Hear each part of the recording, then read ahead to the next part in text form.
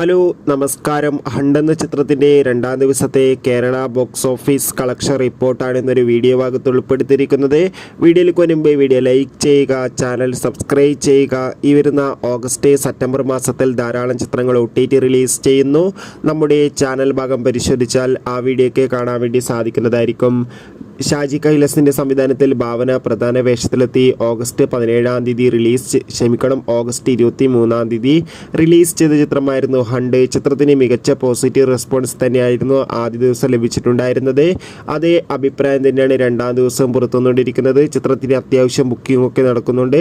അതുകൊണ്ട് തന്നെ ഹണ്ട് എന്ന ചിത്രത്തിന് രണ്ടാം ദിവസം കേരളത്തിൽ നിന്ന് ഒരു 70 ലക്ഷത്തിന് മുകളിലെങ്കിലും കളക്ഷൻ ലഭിക്കുമെന്നാണ് ട്രാക്കിംഗ് റിപ്പോർട്ടുകൾ സൂചിപ്പിക്കുന്നത്. കാത്തിരിക്കാം ചിത്രത്തിൻ്റെ കൂടുതൽ കളക്ഷൻ റിപ്പോർട്ട് അറിയാൻ വേണ്ടി.